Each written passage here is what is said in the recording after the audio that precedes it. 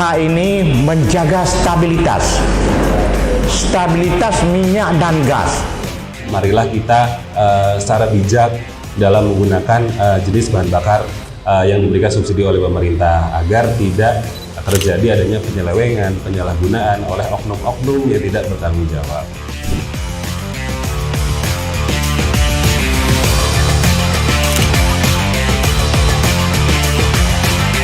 Seminar Umum Kebijakan BPH Migas dan DPR RI dengan tema sosialisasi kebijakan untuk konsumen pengguna.